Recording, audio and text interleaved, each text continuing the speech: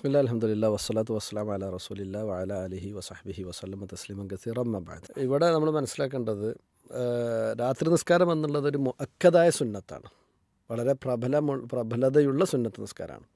ഈ സുന്നത്തിൻ്റെ പ്രത്യേകത എന്ന് പറയുമ്പോൾ ഫുഖഹാക്കളുടെ ഭാഷയിൽ പറഞ്ഞു കഴിഞ്ഞാൽ അള്ളാഹു സുബ്ഹാനഹു വ തആല നിർബന്ധ സ്വരത്തിലല്ലാതെ ചെയ്യണമെന്ന് ആവശ്യപ്പെട്ട കാര്യമാണ്.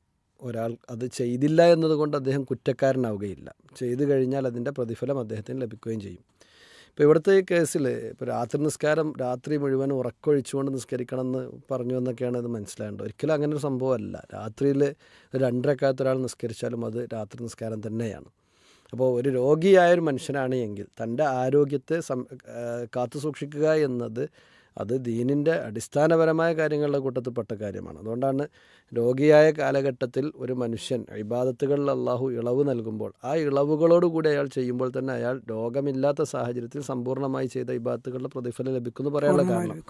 അപ്പോൾ ഇതുകൊണ്ട് ഇദ്ദേഹത്തെ സംബന്ധിച്ചിടത്തോളം ഇദ്ദേഹം രാത്രി മുഴുവനും ഉറക്കൊഴിച്ച് നിസ്കരിക്കേണ്ട ആവശ്യമില്ല. അദ്ദേഹത്തിന് എത്രയാണോ കഴിയുന്നത് ആ രൂപത്തിൽ നിസ്കരിച്ചാൽ മതി. ഏതോ പ്രഭാഷണത്തിൽ നിന്നും അവർ മനസ്സിലാക്കിയ എന്തോ തെറ്റിദ്ധാരണയാണ്.